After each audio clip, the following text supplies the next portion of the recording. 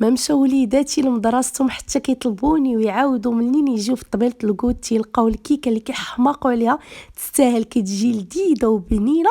بالنسبه للمكونات غتلقاو مكتوبين لتحت بالغرام. عندي هنا 3 البيضات، عندي كاس ديال السكر ديما العبار بالكاس ديال العنبه، عندي قبيصه ديال الملحه، وعندي الفانيلا كنكهه. كنخلط المكونات مزيان بعد ما كيضاف الحجم ديالو كنزيد الزيت 3 ديال الدفعات، وكنزيد كاس ديال الحليب. مباشره كندير هنا 2 الحبات ديال الجزر اللي كنحكم في حكاكه رقيقه وشويه ديال الكركاع، وكنضيف هنايا الشوكولا بودر من النوعيه الجيده باش كتعطي مذاق اللي زوين. درت 3 هكا باش كيتعزز ليا داك المذاق ديال الشوكولات في الكيكه. وكنضيف الدقيق، وكنضيف 3 الاكياس ديال الخميره. كنخلط المكونات مزيان، ندخلها للفران.